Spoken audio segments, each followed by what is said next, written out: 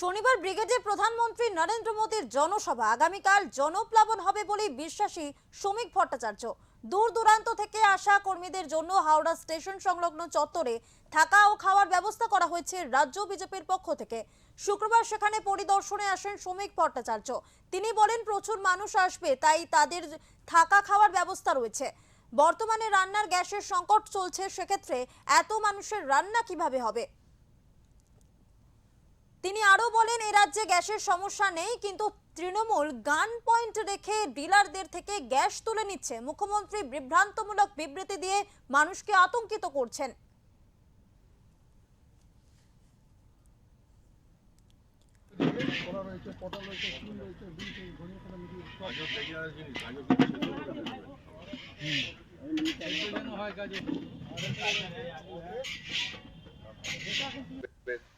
কেউ গভীর রাতে আসবে, থাকবে তো। হ্যাঁ, ব্যবস্থা কিরকম কি ব্যবস্থা হ্যাঁ? যেরকম পশ্চিমবঙ্গ মানুষ খান, যেরকম কিরকম কিরকম মানুষ আসতে পারে, ওটা আপনারা গুনবেন কত মানুষ এসেছিল। স্বতঃস্ফূর্ত জনপ্লাবন দেখবে মানুষ। বলেছেন যে প্রধানমন্ত্রীর যে মঞ্চ হচ্ছে সেটা নাকি দক্ষিণেশ্বরের মন্দিরের আদলে, এটা কি ফিউশন নাকি একটা রাজনৈতিক সভা? আসলে কটাক্ষ করছে তৃণমূলের কথা এখন ভাই কেউ নিচ্ছে না, কেউ শুনছে না। কিন্তু সমস্ত কথা প্রতিক্রিয়া দিতে হবে, এটা মনে করার কোনো কারণ নেই। আমরা যা করছি সেটা মানুষের সামনে আছে।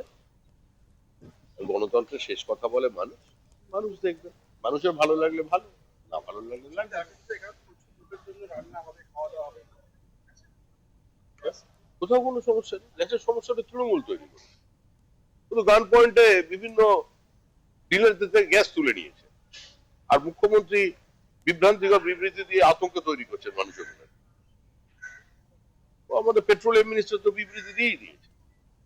দেশে কোনো আপৎকালীন পরিস্থিতি তৈরি হলে, আন্তর্জাতিক ক্ষেত্রে যদি কোনো বিশেষ ঘটনা কোনো দেশের উপর প্রভাব আসে, সেখানে সমস্ত রাজনৈতিক দল ঐক্যবদ্ধ থাকে, সেটা নিয়ে রাজনীতি করে। এরা সেটা নিয়ে করছে। নিঃসন্দেহে থাকতে পারে আমাদের পশ্চিমবঙ্গে গ্যাসের কোনো অভাব।